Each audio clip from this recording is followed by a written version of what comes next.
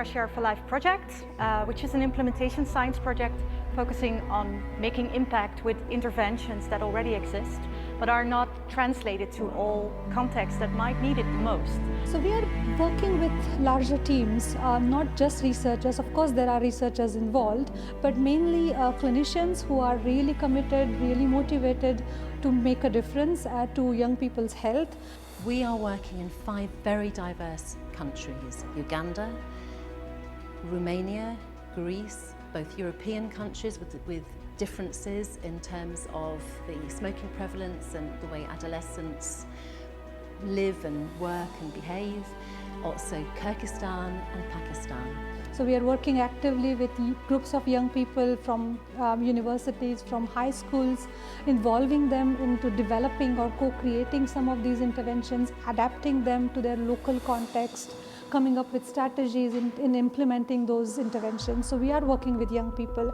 And they are both at risk from big commercial influences, also potentially from their peers, from social media, but also they have the potential for change, for being change agents. These are people in a phase of their life when they are thinking about their habits, thinking about the person they want to become.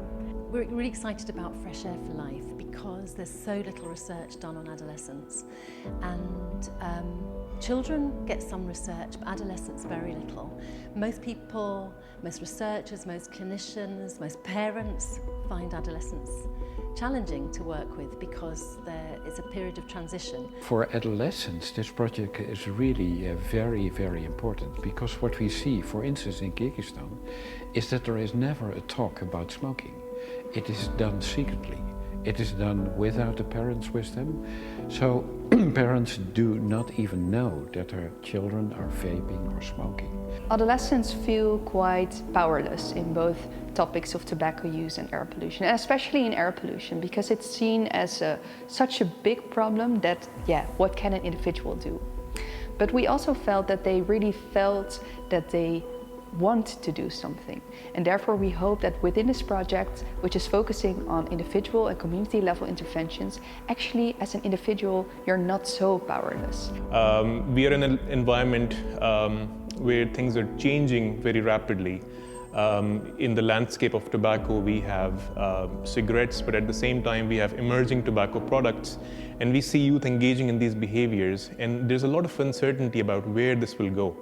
But I guess the approach we've taken in this project is quite inclusive, and we've been thinking of the future.